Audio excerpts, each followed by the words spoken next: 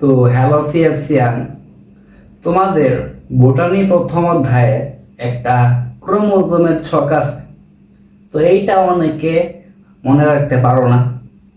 তবে দেখা যায় যে বিভিন্ন কম্পিটিটিভ পরীক্ষায় এখান থেকে একটা দুইটা এমনকি তিন চারটা এমসিকিউ আইসা পড়ে। তো আজকে আমি তোমাদের কিছু টেকনিক দেখাবো, যেগুলোর মাধ্যমে তোমরা খুব সহজেই এই ক্রোমোজোমগুলা, অর্থাৎ কোন প্রাণীর ক্রোমোজোম কয়টা, এগুলো মনে রাখতে পারবা। তো সবচেয়ে মজার যে ট্রিকগুলো থাকবে সেগুলা ক্লাসের একেবারে শেষে থাকবে। তো দেখো, এই ছকটা আছে তোমাদের বইয়ের 36 পৃষ্ঠায় আর কি। তো এই যে ছকটা খুব ছোট একটা ছক, তবে মোটামুটি ভাবে প্রায় 30টা উদ্ভিদ প্লাস প্রাণীর বৈজ্ঞানিক নাম, নিজের নাম প্লাস ক্রোমোজোম সংখ্যা দেওয়া আছে। তো আমরা বৈজ্ঞানিক নামটা নিজের মনে রাখার চেষ্টা করব। বৈজ্ঞানিক নামটা এখান থেকে এত আসে না, তবে আসে যেটা, সেটা হচ্ছে কোন প্রাণীর ক্রোমোজোম কয়টা। তো এটা ছকটা পড়ার আগে আমাদের একটা বেসিক জিনিস মাথায় রাখতে হবে। তো সেটা হচ্ছে, দেখো, ক্রোমোজোমগুলা কিন্তু এইভাবে থাকে। ধরে এই যে একটা, কি এটাকে বলে, সেন্ট্রোমিয়ার, এরকম একটা এরকম থাকে ক্রোমোজোম। ক্রোমাটিন আর ক্রোমোজোমের পার্থক্য ওইটা আমরা পড়ব পরবর্তীতে যখন আমরা থিওরি ক্লাস করব। আপাতত এই ক্লাসে আমরা টেকনিকগুলোর প্রতি ফোকাস করব। তো দেখো, ক্রোমোজোমগুলা কি জোড়ায় জোড়ায় আছে না? তো যারা সব সময় জোড়ায় জোড়ায় থাকবে তাদের সংখ্যা কোনো সময় বিজোড় হইতে পারবে না, সব সময় জোড় সংখ্যা হবে। তো এরকম ভাবে ক্রোমোজোমের সংখ্যা কোনো সময় বিজোড় হবে না। তো এই কথাটা একটু লেখা নেবে, দেখি, বিজোড় হবে না।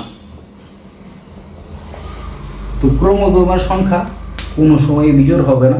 আমরা যা পড়ব বা যে কোনো প্রাণীর ক্রোমোজোম সংখ্যা তোমরা যেটা দেখবা সেটা হবে কি, এটা জোড় সংখ্যা। তো দেখো, আমরা শুরু করি কিভাবে সহজে ক্রোমোজোম সংখ্যাগুলা মনে রাখবা। তো দেখো, প্রথমেই তোমরা অনেক সাধু দেখছো। সাধু মানে কি? তান্ত্রিক। তো বাস্তবে না দেখলেও টিভিতে বা কোনো মিডিয়াতে অবশ্যই দেখছো। সাধুরা অনেক সময় কি ধ্যান করে রাখে। অনেকে দেখবা যে আমাদের পার্শ্ববর্তী দেশ ভারতে হিমালয়ে অনেক সাধু আছে। তারা কি একবারে ধ্যান যে করছে, হাত এরকম ভাবে তুলে রাখছে প্রায় 5 বছর ধরে, সারাদিনই ধ্যান করে, দিনের মধ্যে 24 ঘন্টায় ধ্যান করে, ঘুমায় না। তো অনেকে দেখবা আবার 5 কেজি ঝুলায় রাখছে। আবার অনেকে অনেকভাবে অনেক উদ্ভট কি অঙ্গভঙ্গিতে ধ্যান করে। তো সেটা আমাদের বিষয় না। আমাদের বিষয় হচ্ছে যে সাধুরা ধ্যান করে কত সময়? দিনের মধ্যে 24 ঘন্টা, ঘুমায় না কিন্তু। অর্থাৎ আমরা বলতে পারি যে কি, সাধুদের ধ্যানের টাইম কত? 24 ঘন্টা। কি সাধুদের ধ্যানের টাইম 24 ঘন্টা। অর্থাৎ সাধুরা কি 24 ঘন্টায় ধ্যানে থাকে, ঘুমায় না কিন্তু। তো এখান থেকে কি মনে রাখবা, সেটা হচ্ছে ধ্যান থেকে মনে রাখবা হচ্ছে ধান, আর টাইম থেকে মনে রাখবা টমেটো। তো সাধুদের ধ্যানের টাইম 24 ঘন্টা। ধ্যান মানে হচ্ছে আমরা কি মনে রাখবো, ধান, আর টাইম মানে টমেটো। তার মানে ধান আর টমেটোর ক্রোমোজোম সংখ্যা হচ্ছে 24। বুঝতে পারছো? তো দেখো, আমরা বলছি সাধুদের ধ্যানের টাইম 24 ঘন্টা, তারা কিন্তু ঘুমায় না। অর্থাৎ কি, ধ্যানের উল্টা কি, ঘুম। কি করে? ধ্যানের উল্টো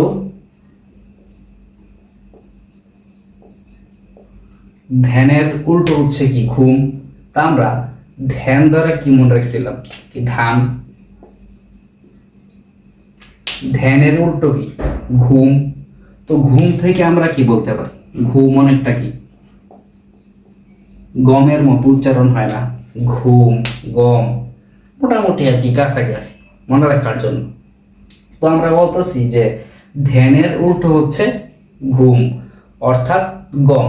তো আমরা পড়ছি কি, সাধুদের ধ্যান করার টাইম 24 ঘন্টা, অর্থাৎ ধ্যানের ক্রোমোজোম সংখ্যা হচ্ছে 24। তো 24টাকে যদি আমরা উল্টায় লিখি তাহলে কত হয়, আগে 4 আইসা পরে পরবর্তীতে কি হয়, 2টা চলে যায়, অর্থাৎ গমের ক্রোমোজোম সংখ্যা হচ্ছে কত, 42।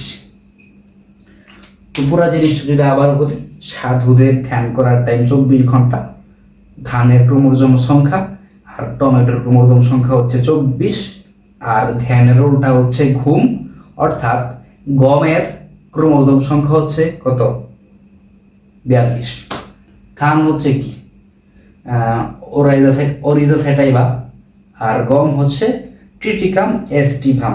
তো বৈজ্ঞানিক নামগুলো আজকে আর না বলি, এটা আরেকটা ক্লাসে হয়তো বা পড়াবো, অথবা তোমরা নিজেরাই পড়তে পারো, ওই নামের জন্য আলাদা কোনো ট্রিক্স আমার জানা নাই। তবে মূলত আসে আর কি ক্রোমোজোম সংখ্যাটা।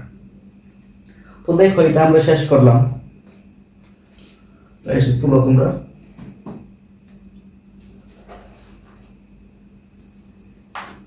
এরপরে আসো আরেকটা শিখি আমরা,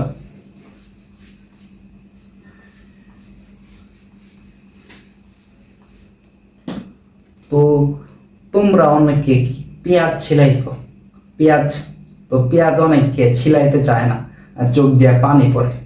তো যাই হোক, তো আমরা আঞ্চলিক ভাষায় অনেক সময় অনেক রেখি আদেশ করি যে কি, পেঁয়াজ ছুলো, কি বলি হচ্ছে পেঁয়াজ ছুলো। তো এইখান থেকে কিছু বুঝতে পারতেছো, একটু মনোযোগ সহকারে দেখো, এই ছুলো কি, ছুলো একটা সংখ্যার সাথে অনেকটা মিল আছে না উচ্চারণগত দিক দিয়া, কি পেঁয়াজ ছুলো, অর্থাৎ আমরা বলি কি পেঁয়াজ ছুলো, আর পেঁয়াজের ক্রোমোজোম সংখ্যা হচ্ছে 16, অর্থাৎ কি 16। একটু উচ্চারণগত মিল আছে, আমরা ওইটা একটু মনে রাখার চেষ্টা করব, বুঝছো। তারপরে দেখো, এরপরে আমরা একটু পিছন দিকে ফিরে যাই, একেবারে 1971 সালে, দেখি রেকর্ডিং হইতেছে, হ্যাঁ হইতেছে। তো দেখো, তোমরা যারা মুক্তিযুদ্ধ নিয়ে একটু ঘাটাঘাটি করছো, তো তারা অবশ্যই জানো যে মুক্তিযুদ্ধের সময় কিন্তু শুধুমাত্র মুক্তিযোদ্ধারা পাকিস্তানিদের মারে নাই, সাধারণ জনগণও কিন্তু অনেকভাবে এই পাকিস্তানি সৈন্যদের আবার রাজাকারদের কি হত্যা করছে। কিভাবে, অনেক সময় দেখা গেছে যে মাঝি, তো মাঝি ওদেরকে বলতেছে আসেন স্যার আপনাদেরকে নৌকা নৌকা দিয়া নদী পার করে আলি, তো তারপর নদীর মাঝখানে নিয়ে গিয়া নৌকা দিছে উল্টায়া, সে কি করছে সাঁতরা পার হয়ে গেছে, আর যারা যারা সাঁতার পারতো না তারা কি ডুবে মারা গেছে। তো এইভাবে বিভিন্নভাবে সাধারণ জনগণ যখনই সুযোগ পাইছে তখন তাদের কোনো না কোনো ক্ষতি করছে। তো অনেকে কি করছে, তাদেরকে দাওয়াত দিয়ে আনছে যে আজকে পোলাও খাওয়াবো আপনাদের জন্য স্যার, গরু জবাই করছি বা খাসি জবাই করছি। তো তো দাওয়াত দিয়ে আনছে, খাওয়াইছে, খাওয়ার মধ্যে বিষ মিশাই দিছিল, তো ওইখানে মারা গেছে। তো এইভাবে মুক্তিযোদ্ধাদের পাশাপাশি সাধারণ জনগণ অনেকভাবে পাকিস্তানিদের দমন করছে। তো পাকিস্তানিদের একজন নেতা আছে, যাকে নিয়ে আমরা অনেক সময় একটা ডায়লগ দিই যে কি, তুমি তো আমার কথা শুনবে না, তুমি তো শুনবে ভুট্টো সাহেবের কথা। তো কি ভুট্টো একটা কি পাকিস্তানি, তোকে মারতে হবে। তো ভুট্টোকে কিভাবে মারব, তো ভুট্টোকে বিষ দিয়ে মারব, ভুট্টোকে বিষ,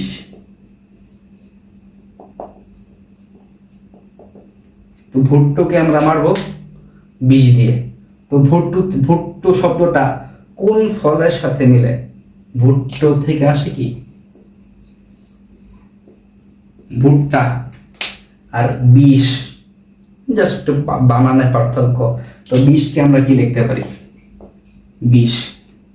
তো ভুট্টোকে 20 দিয়ে মারো মানে কি? ভুট্টো মানে হচ্ছে ভুট্টা, আর ভুট্টার ক্রোমোজোম সংখ্যা হচ্ছে 20। আশা করি বুঝতে পারছো। তো এরপরে আমরা একটা গালি শিখবো, যদি ওই গালিটা তোমরা জানো, সেটা হচ্ছে কি খাটাস। তো অনেকেই এই গালিটা দেয়, সেটা হচ্ছে আঞ্চলিক গালি, খাটাস। তো খাটাস কিন্তু অ্যাকচুয়ালি একটা গালি না, এটা একটা প্রাণীর নাম। তো গুগলে সার্চ দিয়ে দেখবা খাটাস কি, আমি এখানে আর না বললাম। তো দেখো খাটাস একটা গালির নাম। তো আমরা গালি কাকে দিই? যে কোনো খারাপ কাজ করে বা খারাপ কিছু করে। তো এইরকম খারাপ কাজ করে একটা শ্রেণীর মানুষ, তারা হচ্ছে কি সিগারেট খায় যারা। তো প্রতি বছর অনেক মানুষ ফুসফুসের ক্যান্সারে মারা যায়। তো এদের মধ্যে একটা বড় অংশ জীবনে কোনোদিন সিগারেট খায় নাই, তবুও তাদের কি ফুসফুসে ক্যান্সার, অর্থাৎ যে ধূমপায়ীদের যে একটা কমন রোগ সেটা। তো এইটাই কেন? তো এটাকে বলা হয় প্যাসিভ স্মোকিং। অনেকে নামটা শুনছ, প্যাসিভ। তো প্যাসিভ স্মোকিং মানে হচ্ছে কি অ্যাক্টিভ স্মোকিং এর বিপরীত। অ্যাক্টিভ স্মোকিং মানে হচ্ছে কি আমি খাইতেছি, এটা হচ্ছে অ্যাক্টিভ স্মোকিং। আর প্যাসিভ স্মোকিং আমি যে ধোঁয়াটা ছাড়তেছি, সেটা যে তুমি গ্রহণ করতেছ, সেটা প্যাসিভ স্মোকিং। তো তুমি কিন্তু ওই সিগারেটের কোনো ফিলও পাইতেছো না, উল্টো আরো ক্ষতি হইতেছে তোমার। যদি এরকম হইতো যে ফিল পাইতেছ, ক্ষতি হইতেছে, সেটা মানা যাইত। কিন্তু তুমি খাইতেছো না, কিন্তু কি তোমার কি ক্ষতি করতেছে কারা? প্যাসিভ স্মোকাররা। অর্থাৎ আমরা বলতে পারি কি, যারা তামাক খায় তাদেরকে একটা গালি দিই আমরা, সেটা কি খাটাস। অর্থাৎ আমরা বলতে পারি যে যারা তামাক খায় তারা খাটাস। কি? যারা তামাক খায় তারা খাটাস। খাটাস কিন্তু একটা গালি। তবে খাটাস একটা সংখ্যার সাথে কিন্তু অনেকটা যায় উচ্চারণগত দিক দিয়া। সেটা কি? 28। খাটাস 28। শুধুমাত্র মনে রাখার ছাড়টা, আমি কিন্তু কাউকে গালি দেই নাই। তো এখানে কি উদ্ভিদের নামটা আছে, সেটা কি তামাক। অর্থাৎ তামাকের ক্রোমোজোম সংখ্যা কত? 28। বুঝতে পারছো? এগুলা জাস্ট ট্রিক, কেউ আবার পার্সোনালি নিও না। তো এটা আমরা শিখলাম। তারপরে আমরা একটু চীন দেশ চলে যাই। চীন দেশ থেকে একটা ফল বাংলাদেশ আমদানি করা হয়, সেটা হচ্ছে কি চীনা বাদাম। চীনা বাদাম। তো চীনের একটা অনেক জনপ্রিয় কোম্পানি আছে বাংলাদেশে, যেরকম দেখো daraz.com, সারা কি ওই কোম্পানির কাজ কি, যেটা অর্ডার দিবা সেটা তোমাকে দেওয়া যাবে। তো এরকম চীনের একটা অনেক বড় কোম্পানি আছে, একবারে বিশ্বব্যাপী পরিচিত, সেটা হচ্ছে alibaba.com। বাংলাতে লিখতেছি, এটা কিন্তু ইংরেজিতে alibaba.com। তো চীনের একটা মানে পরিচিত কোম্পানি হচ্ছে alibaba.com। এই আলিবাবা শব্দটা শুনলে আমাদের একটা গল্পের কথা মনে পড়ে। যারা অনেক গল্প নিয়ে পড়ছো বা মনে আছে, তাদের অবশ্যই মনে থাকার কথা। সেটা হচ্ছে কি আলিবাবা ও 40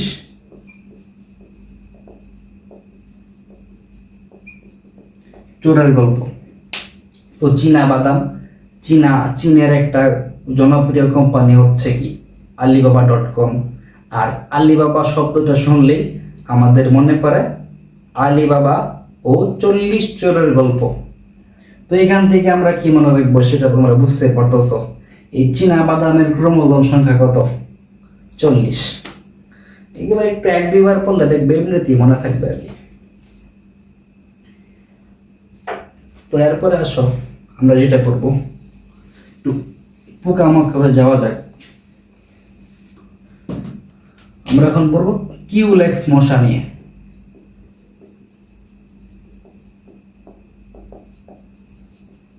তো বিভিন্ন প্রকারের মশা আছে, এর মধ্যে একটা জাত হচ্ছে কিউলেক্স মশা।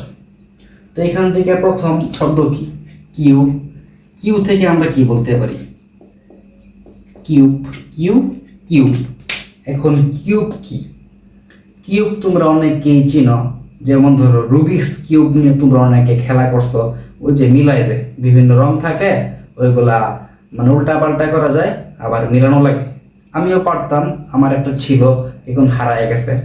তো যেহেতু কিউবটা দেখাইতে পারি না, তো ধরো এটা একটা কিউব, যদিও রুবিক্স কিউব না, এটা থাকলে ভালো হইতো, তবে একটা কি, এটা একটা কিউব অর্থাৎ কি, ঘনক। তো কিউবের তল কয়টা?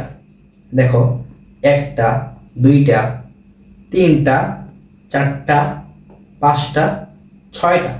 অর্থাৎ সমস্ত প্রকার কিউবের তল কয়টা? ছয়টা। তো এখান থেকে আমরা কি মনে রাখতে পারি? সেটা হচ্ছে কিউবের তল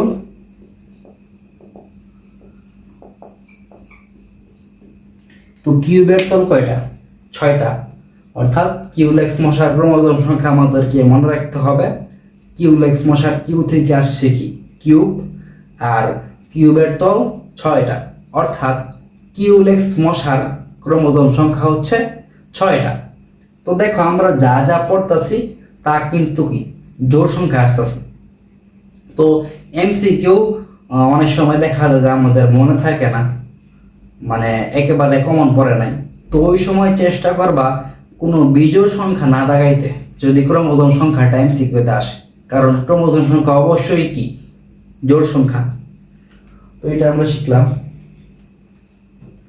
তো এই পৃষ্ঠায় আর নাই, পরবর্তী পৃষ্ঠায়।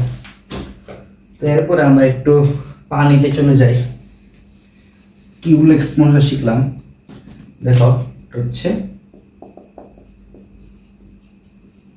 সোনা ব্যাঙ, একটা ব্যাঙের প্রজাতি। আমাদের আশেপাশে বিভিন্ন প্রকার ব্যাঙ আছে। গাতুর ব্যাঙ বলে অনেকে, অনেকে কি বলে কানি ব্যাঙ। তো এরকম বিভিন্ন প্রকার ব্যাঙের মধ্যে একটা ব্যাঙ হচ্ছে সোনা ব্যাঙ। তো সব ব্যাঙে মোটামুটি স্বাধীনভাবে থাকে পুকুরের মধ্যে। তোমার আমার হুকুমাইতে তারা চলে না, তারা অবশ্যই কি একটা স্বাধীন প্রাণী। তো এই সোনা ব্যাঙটাও একটা স্বাধীন প্রাণী। আবার এর সামনের অক্ষরটাও কি দন্ত স, স্বাধীন, মিলে গেছে। তো এটা কি স্বাধীন প্রাণী। এখন আমাদের স্বাধীনতা দিবস কবে? স্বাধীনতা দিবস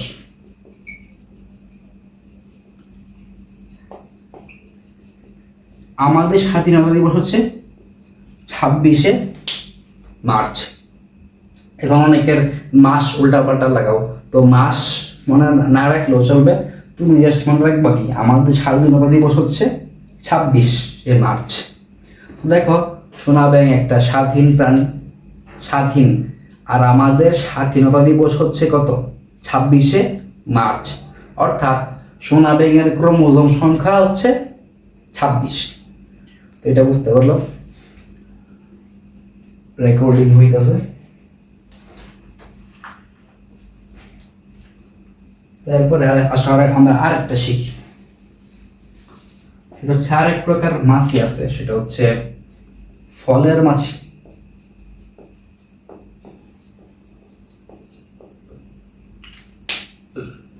ফলের মাছি। তো ফল কথাটা শুনলে তোমাদের অবশ্যই সর্বপ্রথম কাঁঠালের কথা মনে আসা উচিত। কারণ কি? কারণ কাঁঠাল জাতীয় ফল। তো দেখো, কাঁঠাল যখন আমরা পারি তখন কি আঠা বের হয়, কষ বের হয়। তো ধরো একটা গাছে একটা ফল আছে, এটা একটা গাছ, ঠিক আছে, এটা গাছের ডাল। তো একটা ফল আছে, কাঁঠাল আছে। কাঁঠাল যখন আমরা কাটবো তখন কি পড়বে? আঠা। কি পড়ে? আঠা। এখন আঠা করে আমি একটু মনে রাখার সুবিধার্থে আঠাটাকে আটা লিখলাম আর কি। তো দেখো, এই ফলটা আমরা কি পারবো? ফল পারলে পড়বে কি? আঠা। তো এই ফলটাও কাটলাম, আবার এখান থেকে আকারটাও কাটলাম, তার মানে কি রইল? 8। অর্থাৎ ফলের মাছির ক্রোমোজোম সংখ্যা কত? 8। ব্যাপারগুলো একটু কিরকম জানি ক্রিঞ্জ, তবে মনে রাখার জন্য আমাদেরকে পড়তে হবে এইভাবে। তো এরপরে আরেক প্রকার আমাদের মাছির ক্রোমোজোম সংখ্যা মনে রাখতে হবে। এটা কি ছিল? ফলের মাছি। এখন আমরা পড়বো মুস্কা ডোমেস্টিকা, অর্থাৎ গৃহমাছি। তো গৃহ, তো তোমরা অবশ্যই বাঙালি আর বাংলা শব্দের অর্থ জানো, তো তোমরা চিন্তা করো গৃহ মানে কি? ঘর, বাড়ি। তো গৃহ মানে কি? বাড়ি। এই বাড়ি, তো এই বাড়ি কথাটা দেখা তোমাদের কি কোনো সংখ্যার কথা মাথায় আসে? বা এই বাড়ি কথাটাকে কি কোনো সংখ্যায় খুব সহজ রূপান্তর করা যায়? অবশ্যই যায়। যেমন দেখো, আমি এই বাড়ি থেকে কি লিখতে পারি? 12। জাস্ট কি রস্যই কাটটা কাইটা দিলাম, 12 তোমরা সবাই চিনো। তার মানে গৃহমাছি। গৃহমাছি, গৃহ শব্দের অর্থ হচ্ছে কি? বাড়ি। আর বাড়িকে আমরা কি লিখতে পারি? 12। অর্থাৎ গৃহমাছির ক্রোমোজোম সংখ্যা 12টি। আমরা কিন্তু সংখ্যা পড়তেছি, অনেকে আবার জোড়া মনে করো না, পরীক্ষার মধ্যে অনেকভাবে আসতে পারে, সংখ্যাও আসতে পারে, আবার কত জোড়া এটাও আসতে পারে। তো একটু চিন্তা ভাবনা কইরা পরে আনসার করো। বুঝছো? তো এটা পড়লাম। এরপরে আসো আমাদের অত্যন্ত ফেভারিট একটা 2টা প্রাণীর নাম করব। তো কোরবানির ঈদ আসলেই তোমরা দেখবা মাইকিং করে কি এক বিশাল গরু ছাগলের হাট বা বিশাল কোরবানি পশুর হাট। তো গরু ছাগলের হাট এই কথাটা কিন্তু খুবই কম তোমাদের কাছে। কি? গরু ছাগলের হাট। তো দেখো, এই হাট কথাটা কি কোনো সংখ্যার সাথে মিল আছে? উচ্চারণগত দিক দিয়া হাট 20 না, 30 না, 50 না, হাট 60। তো হাট কথাটা কোন সংখ্যার সাথে মিল? 60। হাট হচ্ছে 60। তো এখানে প্রাণী কয়টা? 2টা। অর্থাৎ গরু আর ছাগলের ক্রোমোজোম সংখ্যা হচ্ছে 60। তো গরুর বৈজ্ঞানিক নাম হচ্ছে বস ইন্ডিকা। তো অনেক তোমরা ইচ্ছা করলে মজা করতে পারো, কোনো বন্ধুকে হ্যান্ডশেক করবা, বলো বস, পরে ছোট করে বলবা কি? ইন্ডিকা। তার মানে কি? তুমি তাকে গরু ডাকলা। যদিও আমি করি নাই কোনো সময়, তোমরা ট্রাই করে দেখতে পারো। তো গরুর বৈজ্ঞানিক নাম হচ্ছে বস ইন্ডিকা, ছাগলের বৈজ্ঞানিক নাম হচ্ছে ক্যাপ্রা হিরকাস। তো বৈজ্ঞানিক নামগুলো পরে মনে রাখবা।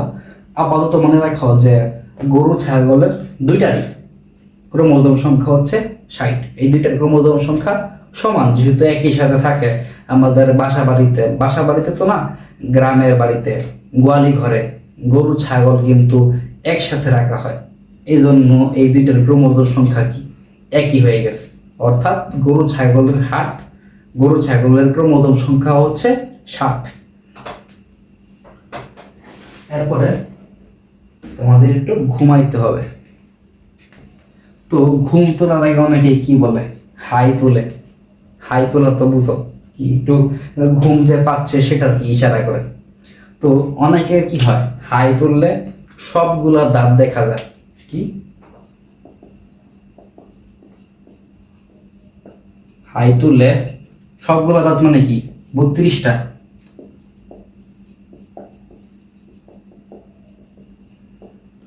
অর্থাৎ অনেকের হাই তুললে 32টা দাঁতই দেখা যায়। এটা 32টা তো দেখা যায় না, এইটা তো একটা কথার কথা, বুঝতেই পারছো? তো হাই তুললে 32টা দাঁত দেখা যায়।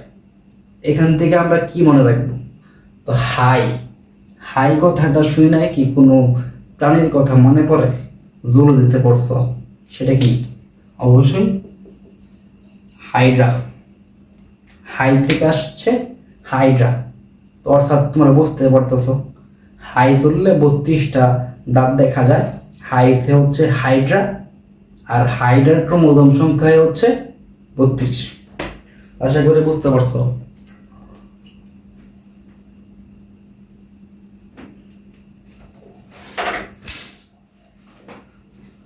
তো এই পৃষ্ঠাও গেল, যেগুলো আসল ট্রিক ওইগুলো লাস্টে রাখতেছি। তো এই পৃষ্ঠায় আর নাই, আমরা মোটামুটি অনেকগুলোই পড়ছি। গরু ছাগলের হাট। তো পরবর্তী পৃষ্ঠায় যাই। তা এখন দেখো, আমরা একটু কবুতর নিয়ে গবেষণা করি। কুলুম্বা লিভিয়া, এটা আমার এমনিতেই মনে থাকে। হ্যাঁ, এইগুলা বেশিরভাগগুলো এমনিতেই মনে থাকে, তবে একটা ক্লাস দেখলাম, সেটা দেখে আর কি তোমাদেরকে পড়াইতেছি। তো দেখো, কবুতর। তো কবুতর কি আমরা কি কেন পালি? ব্যবসায়িক উদ্দেশ্যে কবুতর কিন্তু খুব কম মানুষই পালে। বেশিরভাগ মানুষ কবুতর পালে শখের বসে, অর্থাৎ কবুতর একটা শখের পাখি। তো এটা কি শখের শখের পাখি। তো এখন শখ কথাটা দিয়া বাংলাদেশি একটা খুবই জনপ্রিয় প্রবাদ বাক্য আছে। সেটা কি অনেকেই হয়তো ইতিমধ্যে শুনেছ। সেটা হচ্ছে, শখের তুলা 80 টাকা কেজি। প্রবাদটা হচ্ছে শখের তুলা 80 টাকা কেজি।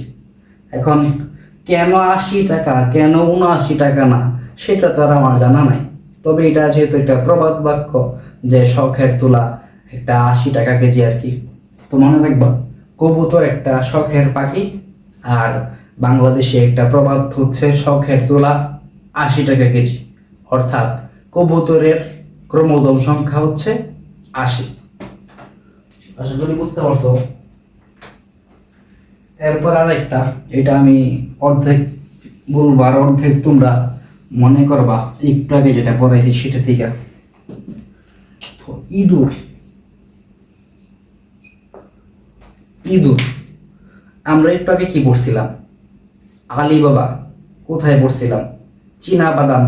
চীন থেকে আসছিল আলিবাবা। আলিবাবা ও 40 চোরের গল্প। চীনা বাদামের ক্রোমোজোম সংখ্যা ছিল 40। তো এখন ইঁদুরের ক্রোমোজোম সংখ্যা মনে রাখার জন্য তোমরা একটু ইঁদুরের আগে চীনা শব্দটা লাগাই দিবা। কি? চীনা ইঁদুর, চাইনিজ ইঁদুর। তো চীনা ইঁদুর। তো চীনা থেকে কি আসবে? চীন। চীনের একটা বিখ্যাত কোম্পানির নাম হচ্ছে alibaba.com। আর আলিবাবা শব্দটা শুনলেই আমাদের মনে পড়ে আলিবাবা ও 40 চোরের গল্প। তো চীনা ইঁদুরের ক্রোমোজোম সংখ্যা হচ্ছে 40। এইভাবে মনে রাখবো। দেখো,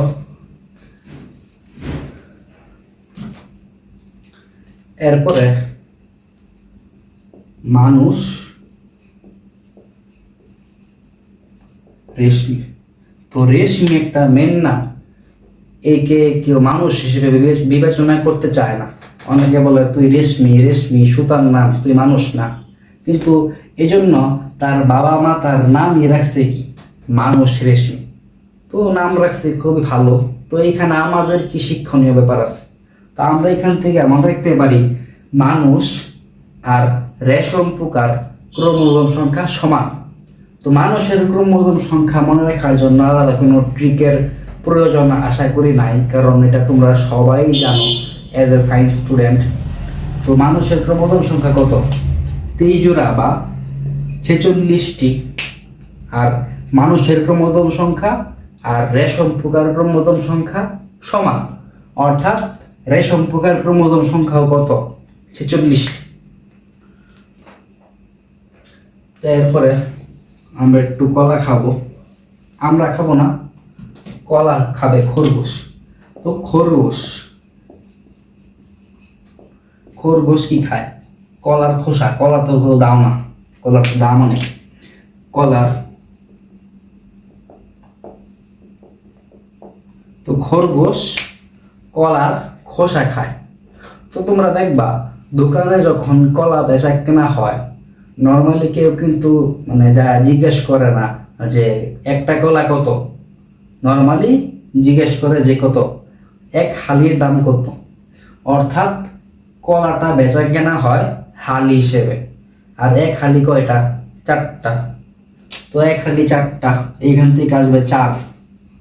আবার খরগোশও বললো না আমিও তো খোসা খাইছি, আমারও তো 4 সংখ্যাটা প্রদান করার ক্ষমতা আছে, তো খরগোশও দিবে কত? 4।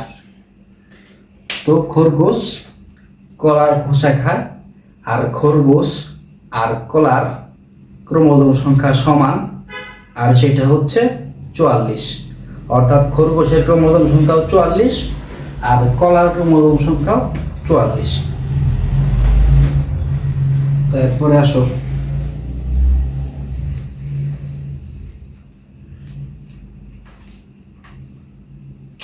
গিনিপিগ। গিনিপিগ তোমরা চিনো?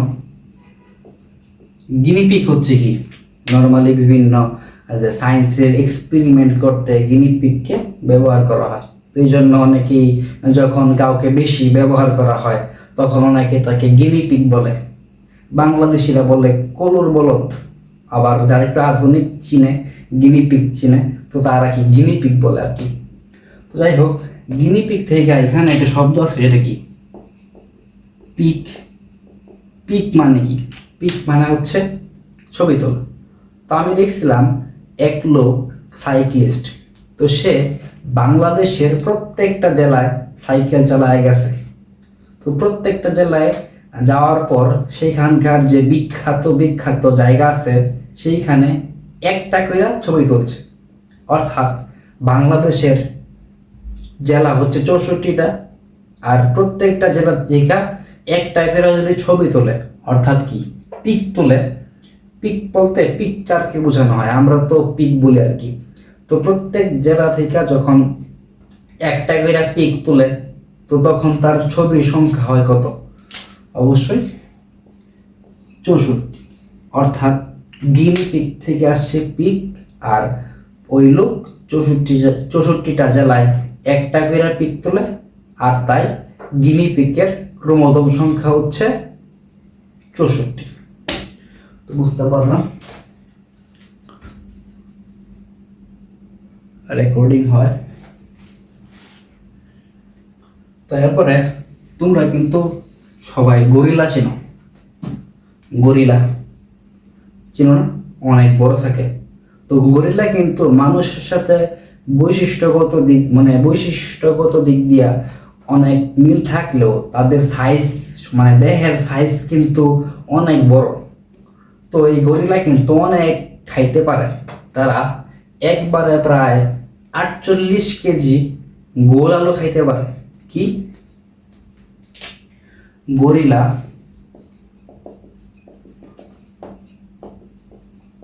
48 কেজি গোল আলু খায়। তো খাক গরিলা, ভালো ভালো কথা, মানে ভালো ভালো কথা যে খাইতে পারে, খুবই ভালো। তো এইখান থেকে আমাদের কি মনে রাখার আছে আর কি। তো মনে রাখবা কি আছে এখানে, গরিলা আছে, আর উদ্ভিদের মধ্যে কি আছে? গোল আলু। অর্থাৎ গরিলা আর গোল আলুর ক্রোমোজোম সংখ্যা কত? 48। এটা আমি মানাইছি আর কি। যাই হোক,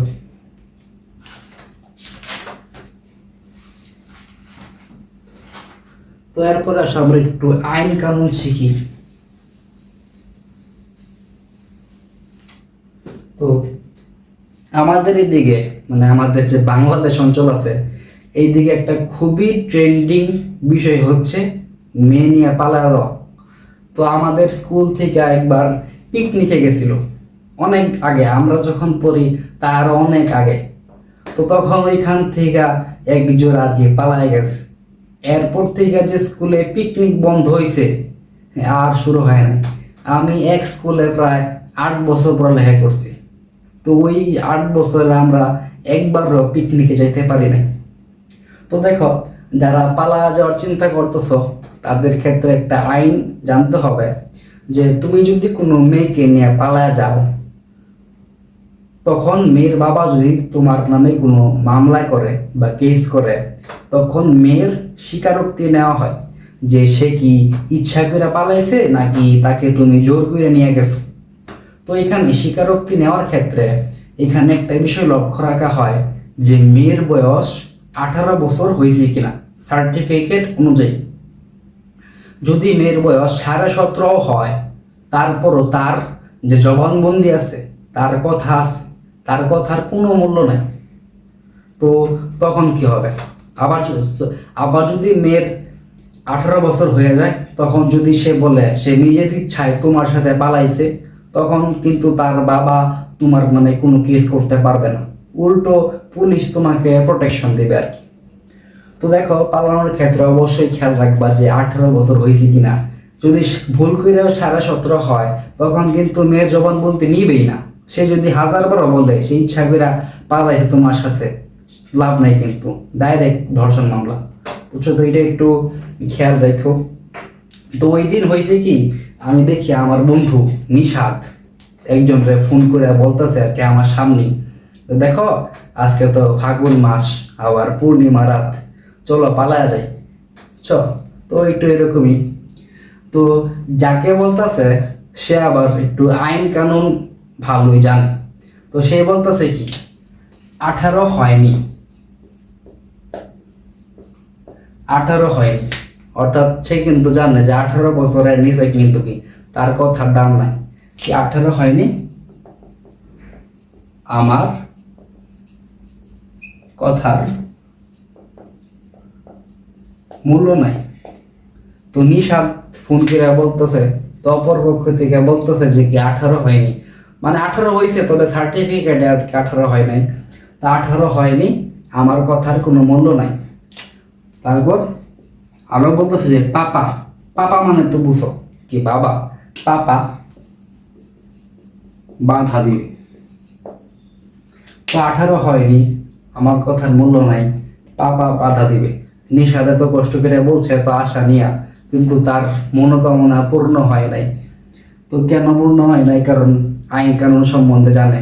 তো নিশাদের ভালোর জন্যই বলছে, তবে নিশাদ তো আর কি বুঝতে পারে না এসব। নিশাদ তো একটু সেন্টিমেন্টাল, বুঝছো? তো ভালো কথা বলছে, 18 হয় নাই, তা আমাদের কি? তা আমাদের এখানে শিক্ষণীয় বিষয় হলো, এখান থেকে আমরা রাখবা মূল্য। তো মূল্য শব্দটা শুনলে তোমাদের কোন সবজির কথা মনে পড়ে? সেটা কি অবশ্যই মূলা। আর পাপা, পাপা থেকে আমরা কি মনে রাখতে পারি? সেটা হচ্ছে পেঁপে। আবার বাধা থেকে কি মনে রাখতে পারি? বাঁধাকপি।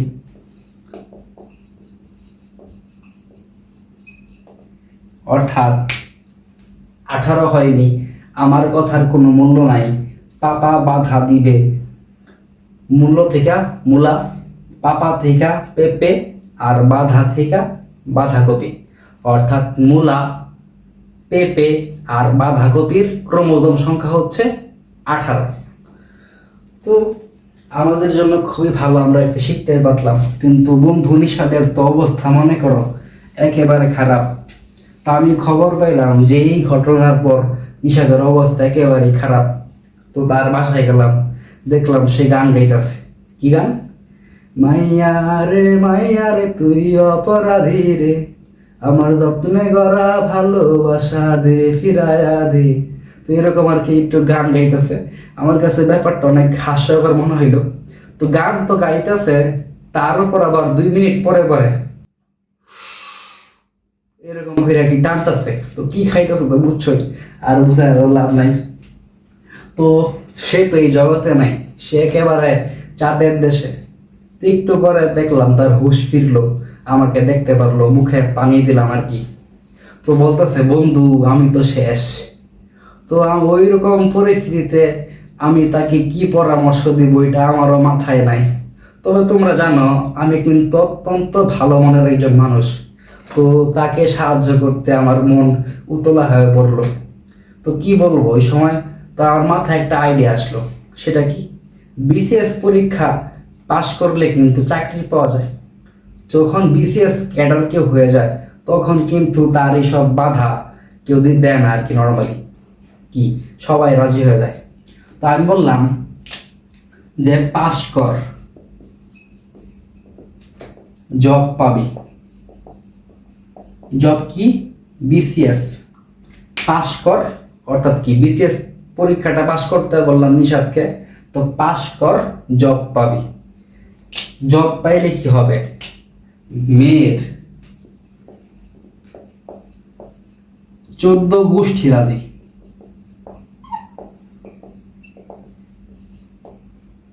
তো কি বল, নিশাদের অবস্থা দেখে আমি কি বললাম যে পাস কর জব পাবি, মেয়ের 14 গোষ্ঠী রাজি।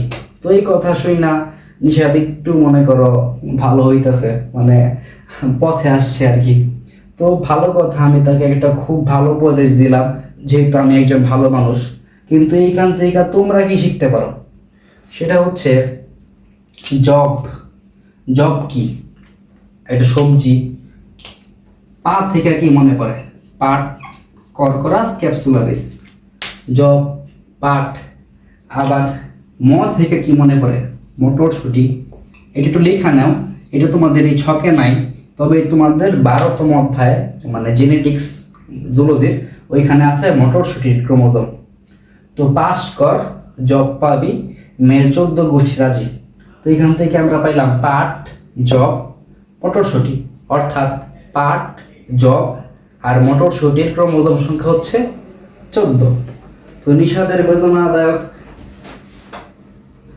ইতিহাসের মাধ্যমে ও পাস একটা বাদ গেছে, সেটা হচ্ছে তালাবস্য। দেখো নিশাদের কষ্টে আমরা কতটা লাভবান হইতেছি, দেখছো? তো তালাবস্য তো কি? শশা, অর্থাৎ পাট, শশা, মটরশুঁটি, জব, এই 4টার ক্রোমোজোম সংখ্যা হচ্ছে 14। তো আশা করি বুঝতে পারছো। তো বন্ধু নিশাদ, তুমি যেখানেই থাকো বিশেষ পরীক্ষায় পাস করো, তখন কিন্তু সবাই রাজি। তো আশা করি সবাই বুঝতে পারছো। তো এর মাধ্যমে আমরা 30টা মানে 30টা মানে 15টা উদ্ভিদ প্লাস 15টা প্রাণীর ক্রোমোজোম শিখতে পারলাম। আমি সবগুলো মার্ক করা আছে, 30টাই পড়ানো হয়েছে, তোমরা একটু গুনে দেখো। তো এই ট্রিকগুলো মূলত আমি নিয়েছি শোয়েব ভাইয়ের ভিডিও থেকে। তো আমি অনেকগুলা ক্লাস দেখছিলাম, তবে ওনার ক্লাসটা আমার খুব ভালো লাগছিল, মানে হেল্পফুল মনে হয়েছে, এই জন্য নিছি। আর কিছু কিছু ওয়ার্ড তো দেখছো নিশাদকে আমি আনলাম, আরও কিছু কিছু আর কি নিজে একটু ইনক্লুড করছি, তবে বেশিরভাগটাই ওনার থেকে নাও। তো ওনার চ্যানেলের লিঙ্কটা আমার ভিডিওর ডেসক্রিপশনে দেওয়া থাকবে। তো আজকের ক্লাস এই পর্যন্তই ছিল। তো যদি ভালো লাগে তাহলে তোমাদের বন্ধুদেরকে গ্রুপে ইনভাইট করতে পারো। আর সবাই সুস্থ থাকবে, ভালো থাকবে। আর যদি নিশাদের দেখা পাও তো নিশাদকে একটু বোঝায়ও। তো সবাই ভালো থাকো, আল্লাহ হাফেজ।